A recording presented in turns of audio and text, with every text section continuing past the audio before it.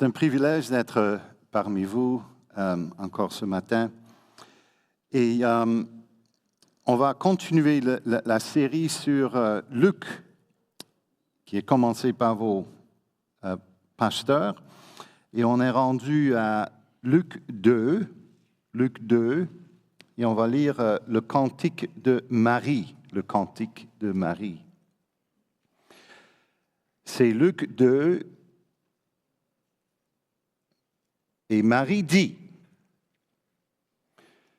46 donc, et Marie dit, mon âme exalte, Luc 1, ok, excusez-moi, Luc 1, et Marie dit, mon âme exalte le Seigneur et mon esprit se réjouit en Dieu, mon Sauveur, parce qu'il a jeté les yeux sur la bassesse de sa servante, car voici désormais toutes les générations me diront bienheureuse, parce que le Tout-Puissant a fait pour moi de grandes choses.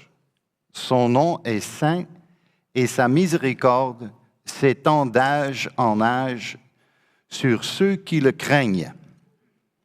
Il a déployé la force de son bras, il a dispersé ceux qui avaient dans le cœur des pensées orgueilleuses, il a renversé les puissants de leur trône, il a élevé les humbles, il a rassasié de bien les affamés et il a renvoyé les riches à vide. Il a secouru Israël, son serviteur, et il s'est souvenu de sa miséricorde, comme il avait dit à nos pères, envers Abraham et sa postérité pour toujours. Et Marie demeura avec Élisabeth environ 3 mois, puis elle retourna chez elle. C'est la parole de Dieu. Que Dieu nous bénisse. Le cantique de Marie. Alors, je vais commencer avec une question à répondre. Et la question est la suivante. Qu'est-ce qui a dominé le Québec pendant longtemps, surtout dans le passé? Pardon? OK, tu sautes une étape. C'est bon. C'est bien.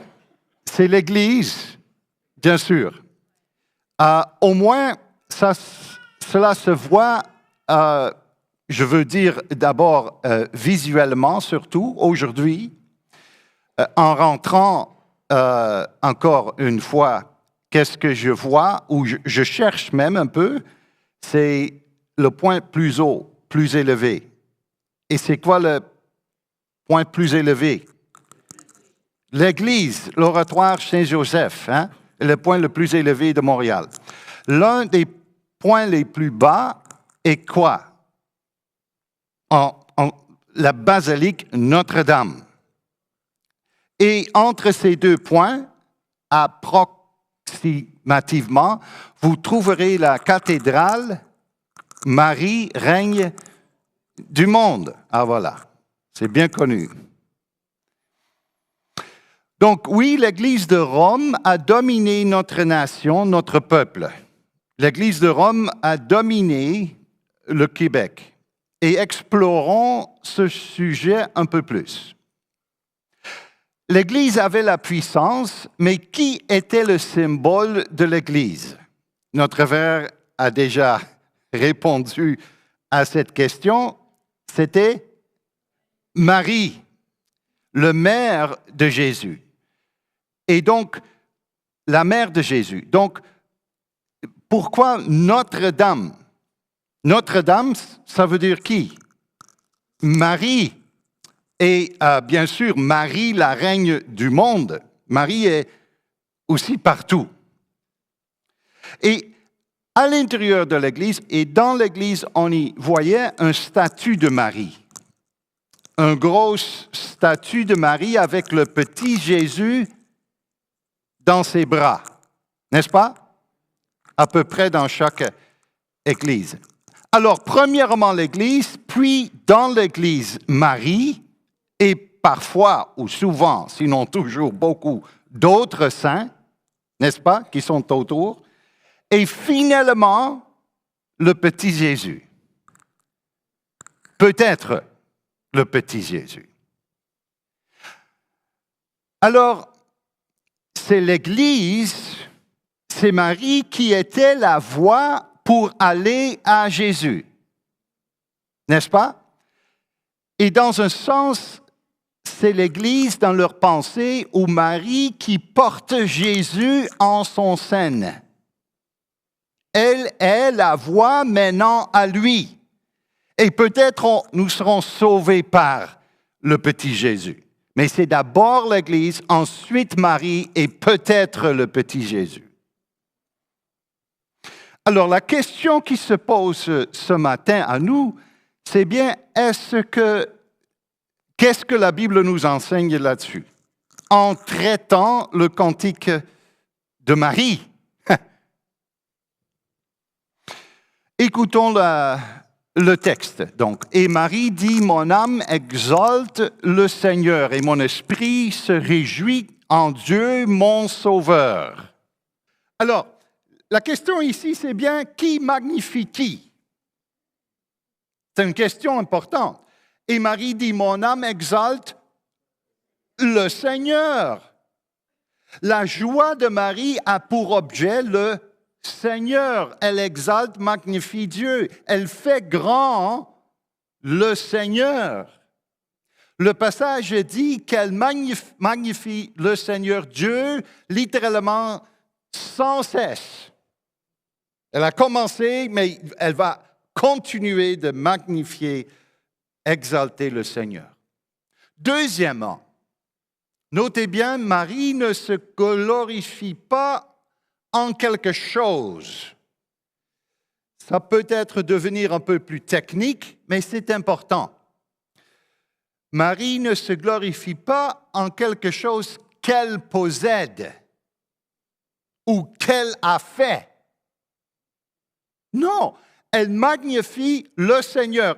Et le Seigneur est une personne. Très important. Donc le salut est toujours personnel. Le salut est toujours relationnel. Le salut n'est pas quelque chose qu'on peut calculer mathématiquement. Le salut n'est pas quelque chose quantifiable. On peut compter, par exemple.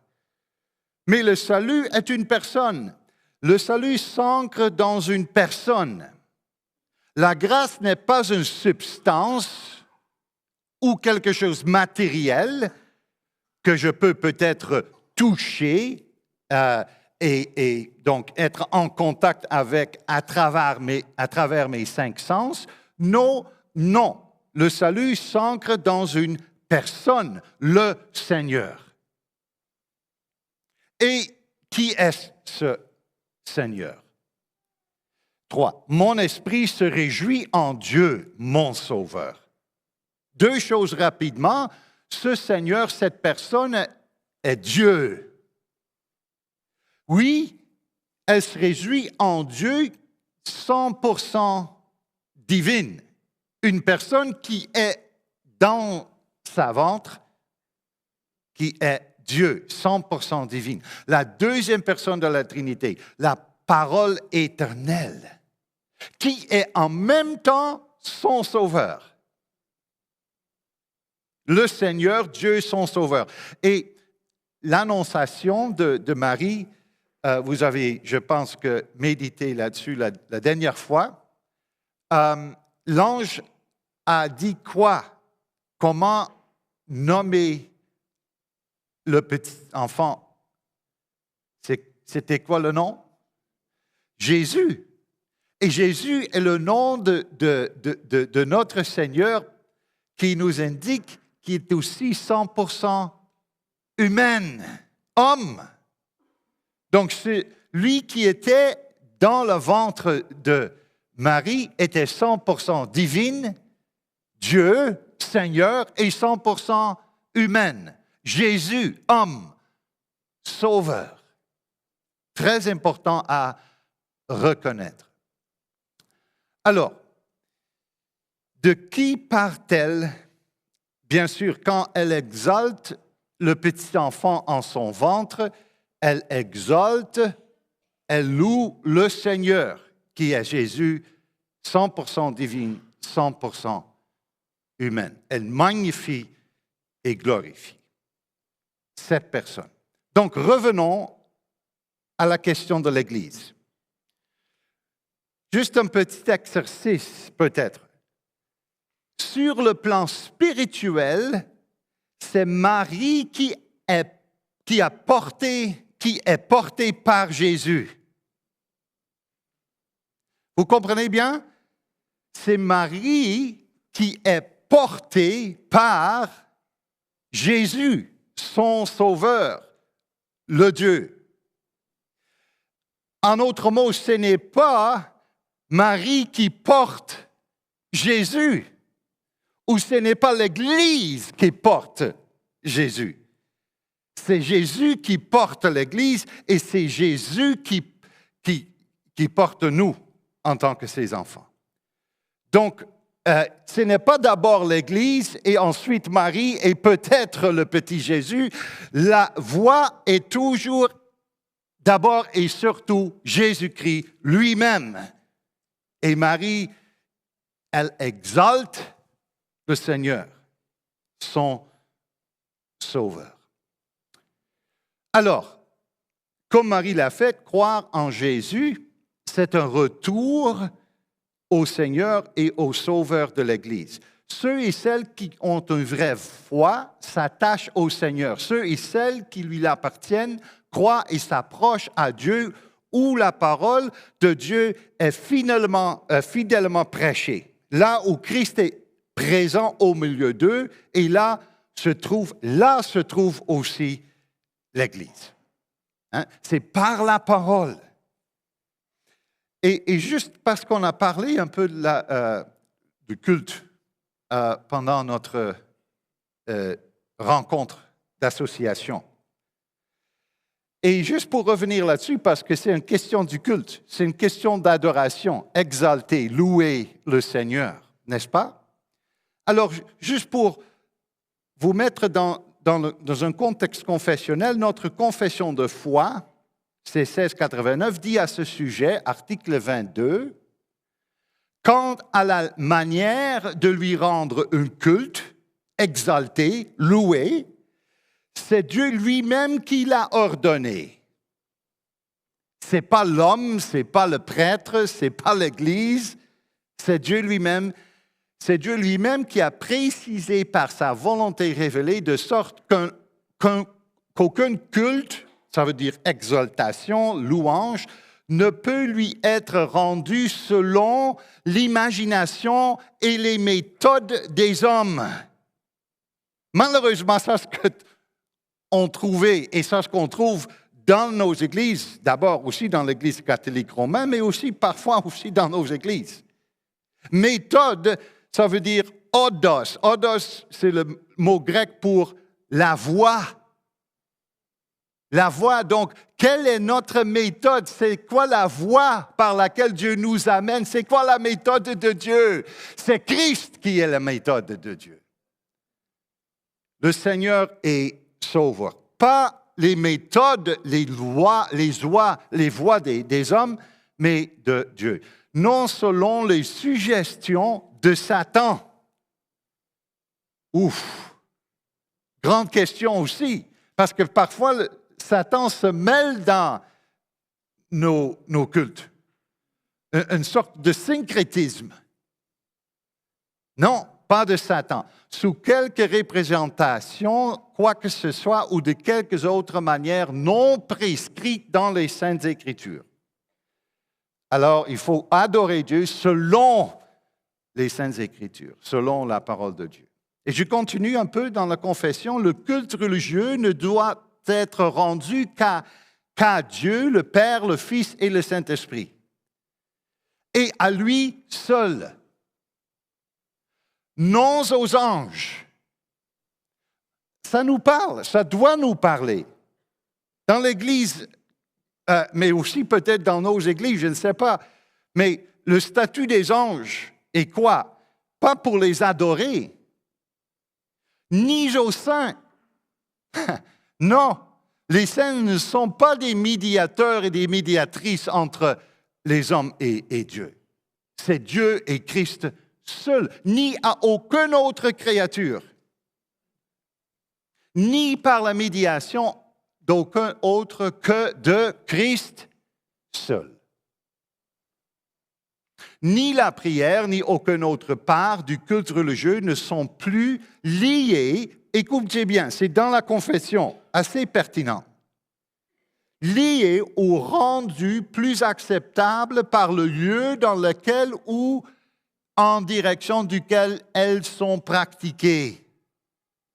Vous comprenez? Ce n'est pas le lieu qui est le plus important. Je me rappelle quand ce bâtiment était acheté par Farrell à l'époque, il fait longtemps. L'Église catholique, il fallait faire quoi? Désacraliser, parce que le lieu était sacré. Mais est-ce que le lieu est sacré? Est-ce que le bâtiment est sacré? Non. Non. Donc, même dans la confession, liée au rendu plus acceptable par le lieu dans lequel ou en direction duquel elles sont pratiquées. Dieu doit être adoré partout, en esprit et en vérité. Quotidiennement, en famille, c'est la confession qui nous parle ici, bien sûr bibliquement parlant aussi, quotidiennement en famille, dans le secret chacun en particulier, c'est ce qu'on voit avec Marie, n'est-ce pas? Ou plus solennellement dans les assemblées publiques. C'est ce que nous faisons aujourd'hui. Gloire à Dieu. N'est-ce pas? Qui ne doivent pas être négligés ni oubliés par étourdi ou volontairement, alors que Dieu nous y appelle par sa parole ou sa providence. Fin de la citation. Revenons. C'est presque un résumé de ce qu'on a lu par rapport à Marie. Et Marie dit, « Mon âme exalte le Seigneur. Et mon esprit, en esprit et en vérité, se réjouit en Dieu, mon Sauveur. » Donc, c'est le premier point. Deuxième,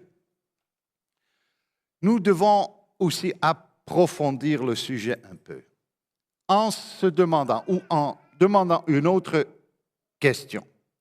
De quelle façon le Seigneur Jésus-Christ est-il venu et demeure-t-il au milieu de son peuple? De quelle façon? Okay? Et Marie a aussi chanté à ce sujet. Comment? Nous lisons. Parce que, elle chante parce que, c'est quoi la raison? Parce qu'il a jeté les jeux sur la bassesse de sa servante. Car voici désormais, toutes les générations me diront bienheureuse, parce que, encore la raison, est quoi? Le Tout-Puissant a fait pour moi de grandes choses. Donc, d'abord, parce qu'il a jeté les jeux sur la bassesse de sa servante. Elle exalte le Seigneur pour cette raison. D'abord, une question.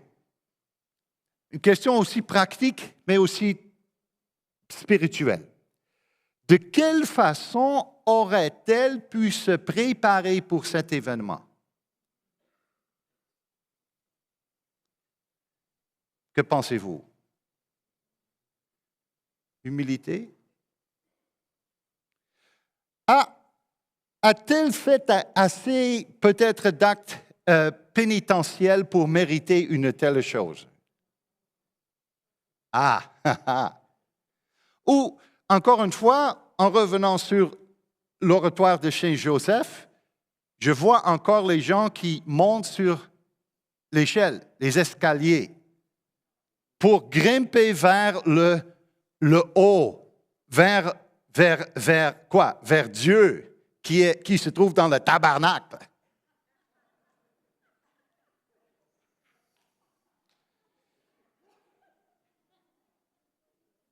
C'est quoi le problème? Je ne suis pas d'ici.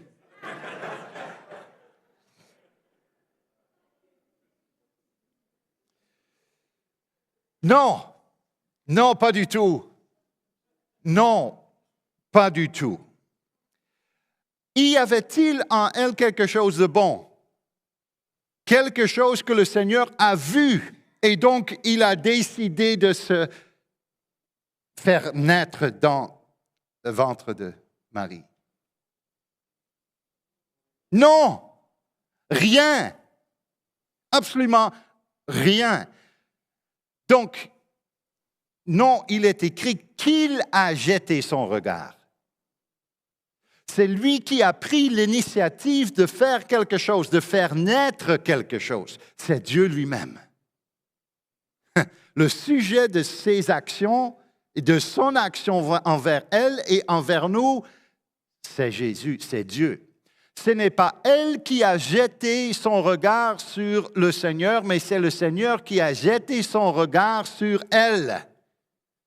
Voilà la raison et l'origine de notre salut aujourd'hui aussi, n'est-ce pas? Quelle merveille, quelle grâce que lui, il a jeté un regard sur nous.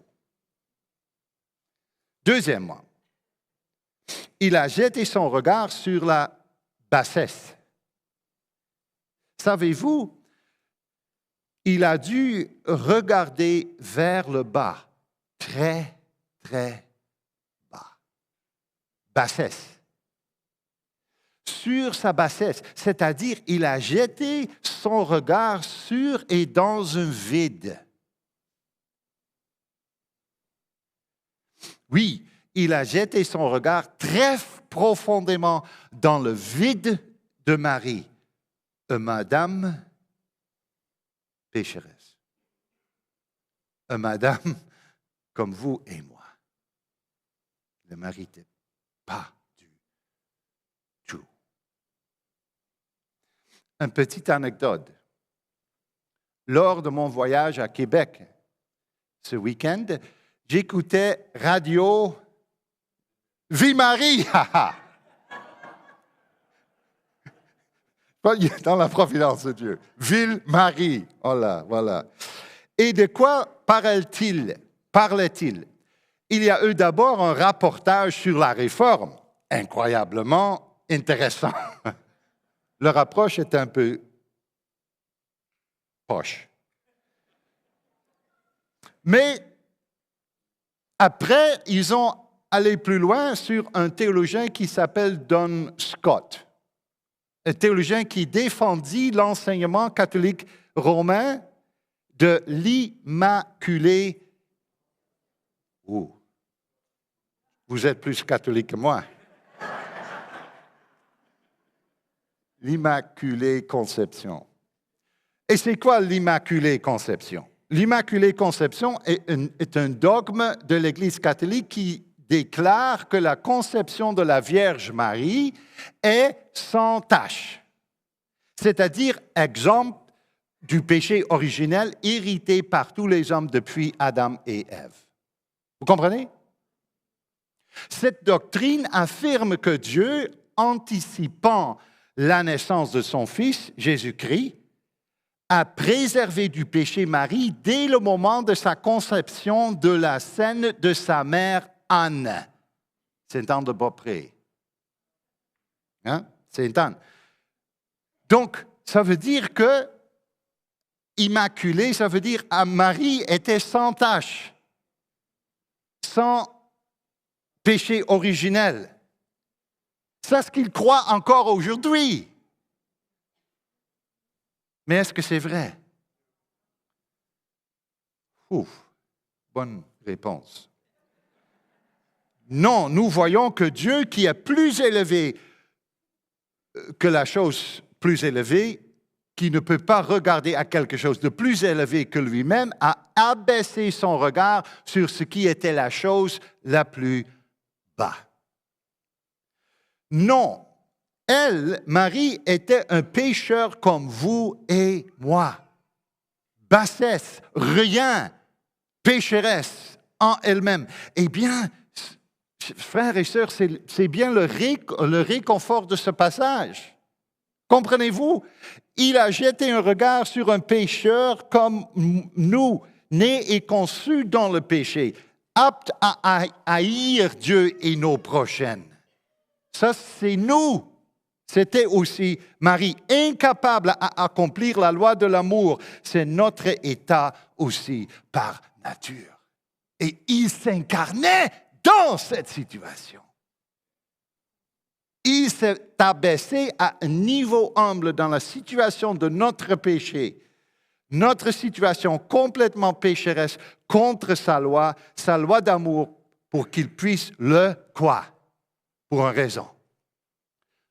Surmonter. Pour le vaincre. Pour le pardonner. Pour nous faire revivre. Pour nous faire naître à nouveau, en Jésus-Christ. La immaculée conception, c'est une hérésie.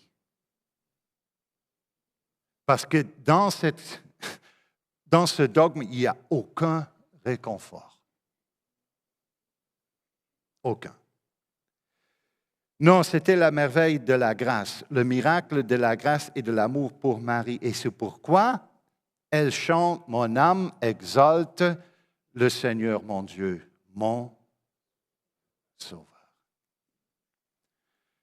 Mes amis, c'est le message de la parole, le message de Noël. Il a regardé en bas, il est descendu et il a pris notre place. Il est devenu péché de sorte qu'il puisse nous vêtir et revêtir de sa justice et de sa gloire. C'est le message de l'incarnation de la parole éternelle de Dieu en Marie. Un passage biblique qui nous explique cela aussi, 2 Corinthiens 5, verset 21. Celui qui n'a point connu le péché, il a fait devenir péché pour nous, afin que nous devenions en lui justice de Dieu. Donc, notre salut s'ancre dans l'incarnation de Jésus-Christ, qui a pris notre place pour qu'on puisse recevoir ce qu'il voulait donner de l'éternité en nous, dans son amour. Ça veut dire c'est le pardon de nos péchés et la justice de son Fils Jésus-Christ. Ça commence déjà et ça s'ancre dans l'incarnation de notre Seigneur Jésus-Christ, dans le ventre de Marie. Là, on commence à comprendre l'heureux échange. Hein? L'heureux échange. Il a pris la place dans mes péchés pour qu'il puisse me donner et qu'il me donne sa place dans sa justice, dans le pardon de péché. Quel heureux échange! Ça, ce qu'on célèbre, n'est-ce pas? Quand on célèbre l'incarnation de Jésus-Christ dans le ventre de Marie. Quelle joie! C'est la raison pour laquelle elle exalte le Seigneur, le Dieu, son Sauveur. Le Sommeur, c'est la traduction, aussi une autre traduction. Celui qui était innocent de tout péché. Dieu l'a condamné comme un pécheur à notre place. Intéressant comme traduction. Pour que dans l'union avec Christ, nous recevions la justice que Dieu accorde. Donc la foi dans la venue de Jésus-Christ dans la chair, la parole de Dieu venue dans la chair de Marie, c'est bien le commencement, c'est l'ancrage même de notre salut. Il ne faut pas ou jamais oublier l'importance de l'incarnation, l'importance de célébrer la venue de Jésus-Christ. Parce que dans sa venue s'ancre notre justification. En dehors de nous-mêmes, en Jésus-Christ, qui a pris notre place. Vous voulez? Vous voyez? C'est une doctrine merveilleuse. Et c'est ce que l'Église croit et c'est à ce sujet qu'elle chante. Encore aujourd'hui. Il regarde profondément un vide, un rien. Alors, juste pour une petite application, peut-être il y a quelqu'un qui est venu ce matin ici dans l'église qui se trouvait complètement bouleversé par les péchés du passé ou du présent, même de ce matin. Peut-être il y a quelqu'un qui est venu ce matin dans l'église qui se trouve complètement vide et vidé, qui parle et qui crie à Dieu, « Où es-tu? Et tu m'as abandonné, Dieu Seigneur. » Un pécheur des pécheurs. Je vous dis ce matin qu'il y a un espoir pour vous. Parce qu'il s'incarnait dans une même situation en Marie. Dans les péchés, dans un vide, pour qu'il puisse le vaincre et le surmonter. Et donc, crois en ce Jésus. Exalte son nom. Pour moi, encore une fois, quel réconfort la venue de Jésus-Christ dans ma situation pécheresse, dans la vie dans laquelle je me trouve assez souvent, sinon toujours, en ce qui concerne moi-même. Il est venu. Et il vient encore. Donc, il regarde profondément un vide, un rien, d'un regard pénétrant. Oui, pour créer quelque chose à partir de rien. Alors, frères et sœurs, quel réconfort! Il a créé quelque chose de rien par sa parole en Jésus-Christ pour qu'on puisse être avec lui pour toujours. Il a regardé dans le vide de mon existence pour qu'il crée un être nouvelle dans la justice et par le pardon de nos péchés. Et toutes les choses passées sont passées et toutes les choses sont devenues nouvelles. Quel bon message. Quel réconfort. Quelque chose à partir de rien pour qu'on puisse être aussi élevé en lui et d'être assis même dans les lieux célestes avec lui. On n'a pas besoin d'un Saint-Joseph oratoire, ni un Notre-Dame basilique, ni un Marie règne du monde. Non, nous sommes en Christ déjà assis dans les autres sphères, le plus haut qu'on pourrait même imaginer, dans les lieux célestes, en Jésus-Christ, déjà dans sa gloire, par la foi. En dernier lieu, son nom est saint, elle a dit, et sa miséricorde s'étend d'âge en âge sur ceux qui le craignent. Il a déployé la force de son bras. En dernier lieu, 3 attributs. Elle chante les 3 attributs de Dieu. D'abord, il est saint. Deuxièmement, il est miséricordieux et il est puissant. D'abord, donc Marie, pour terminer, chante à propos de ces 3 attributs. Pourquoi chante-t-elle à ce sujet? Elle chante à propos de lui, de cette sainte personne qui se trouve en elle, qui est saint. Alors, il faut bien comprendre, quand on parle de la sainteté de Christ, on parle d'une révélation de la nature de Dieu. N'est-ce pas? La sainteté de Christ nous révèle la nature de Dieu lui-même, qui est saint, saint, saint, 3 fois saint. N'est-ce pas? Et devant cette sainteté de Dieu, qu'est-ce que Dieu nous fait réaliser? Que nous sommes des impies. Clair et net. Quand Dieu se révèle dans sa gloire et quand Dieu se révèle dans sa sainteté, dans toutes les histoires de la Bible, quelle est toujours la réponse? Même la réponse de Marie.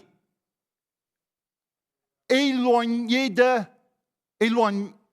de moi parce que je suis un pécheur, un impie.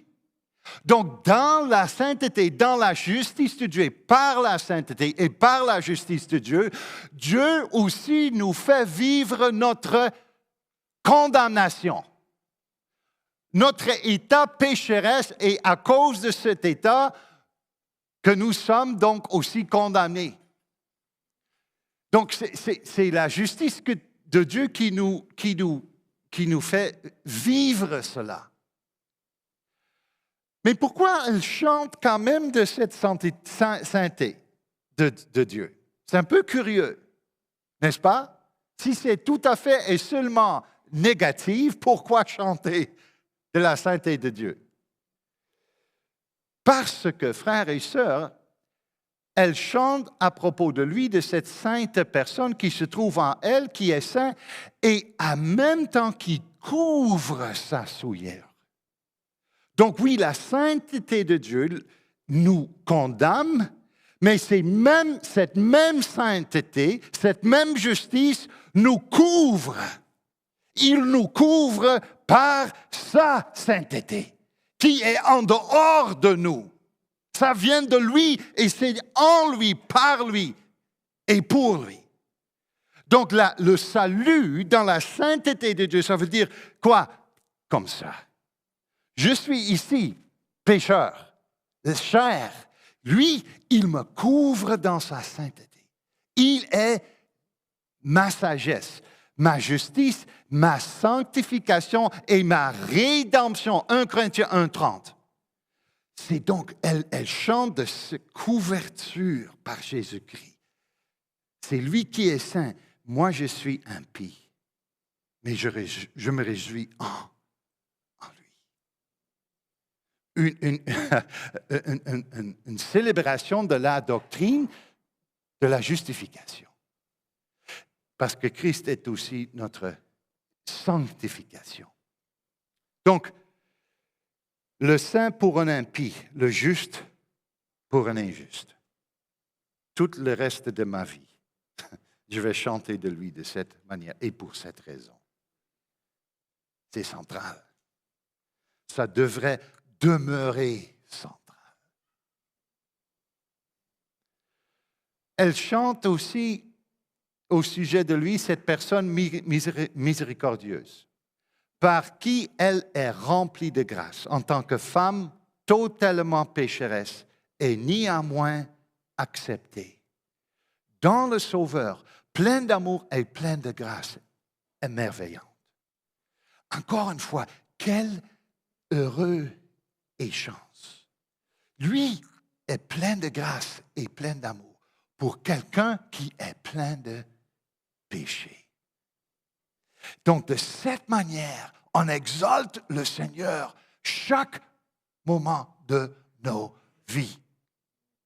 Simul justus et peccator. Je suis juste et pécheur simultanément, par la foi. Il ne faut pas les mixer non plus, ou jamais. Il n'y a pas de réconfort dedans. Mixer la chair avec l'esprit. Je suis déjà fini. Plein d'amour et plein de grâce. Et donc, de cette manière, on vit une grâce qui est toujours émerveillante. Amazing. Un petit mot en anglais parce que je viens d'Ontario. Amazing grace. You know the song?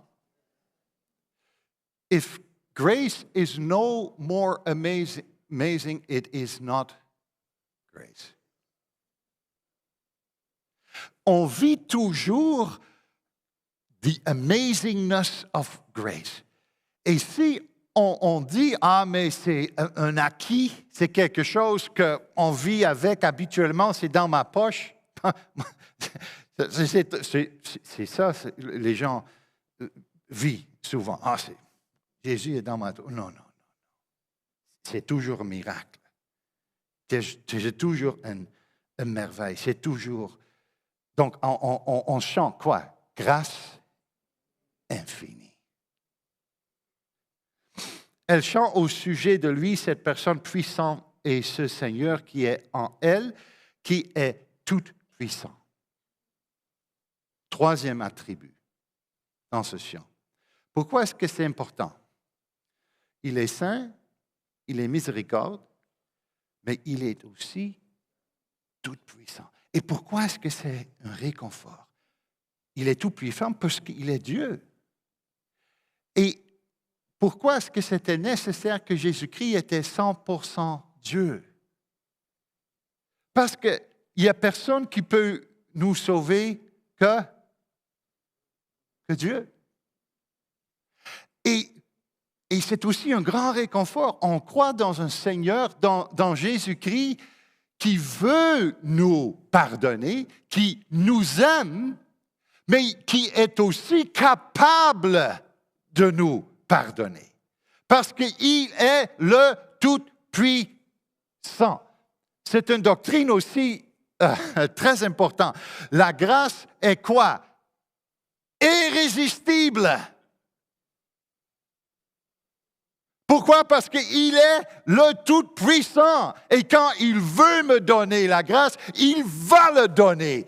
Malgré ma situation, malgré où je me trouve dans le bout ou dans les péchés, il est fort et puissant de me chercher où je suis pour me tirer du bout et pour me mettre sur un rocher qui est plus haut que moi. C'est Jésus-Christ, le Tout-Puissant. Il chante de ces trois attributs de Dieu. Quelle merveille! Grâce à lui, toujours. Il est venu pour nous sauver. Et ceux et celles qui sont perdus à cause de leurs péchés, sans sa miséricorde, mais qui sont sauvés à cause de sa grâce. Alors, en terminant, mes amis, voilà Jésus, qui il est. Elle chante de sa nature, qu'il est venu, 100% divine, 100% humaine. Comment il vient, comment il est venu et comment il vient toujours dans nos vies. Hein? Et finalement, juste en lisant le reste du passage, lui, il est saint et sa bonté s'étendra d'âge en âge sur ceux qui le craignent. Crois en lui. Il a déployé la force de son bras. Alors, quel réconfort! Il a déployé la force de son bras. Frères et sœurs, en tant que chrétiens, nous sommes dans les bras du Seigneur, de notre Seigneur. Et il déploie toujours son bras. Et il nous embrasse avec ses bras. Il déploie son bras de force Est-ce que ce n'est pas un grand réconfort? Est-ce que ce n'est pas une raison de chanter toujours gloire à Dieu, pour qu'on puisse être aussi porté par lui, hein, jusqu'à la fin de nos vies. Celui qui est mort, ce madame, c'est une madame ce matin? Madame, portée dans les bras du Seigneur, dans sa gloire. Jusqu'à la fin, il va nous porter. C'est incroyable, n'est-ce pas? Il a vaincu. Il est le vainqueur. Et en lui, nous sommes le plus vainqueurs. Il a dispersé les hommes dont le cœur était rempli d'orgueil. Il a précipité les puissants de leur trône et il a élevé les humbles. Il a comblé de biens ceux qui sont affamés. Et il a renvoyé les riches les mains vides. Oui, il a pris en main la cause d'Israël. Il a témoigné sa bonté au peuple qui le sert, comme il avait promis à nos ancêtres, à Abraham et à ses descendants pour tous les temps. Il est fidèle. N'est-ce pas? Quel réconfort qu'on peut aussi aujourd'hui croire. Et j'espère peut-être pour quelques-uns d'entre nous pour une première fois. Jetons nos vies dans les bras de Jésus par la foi. Et il va nous porter jusqu'à la fin. C'est lui qui est rentré dans notre situation pour le vaincre et pour nous aussi amener vers et dans la gloire avec son Père. Certains sont plus proches de cette étape, mais on sait jamais. Alors l'évangile de l'incarnation de Jésus-Christ, est-ce que c'est pour vous? Est-ce que ce matin, est-ce qu'on peut chanter avec elle, en esprit et en vérité? Gloire à lui. Amen.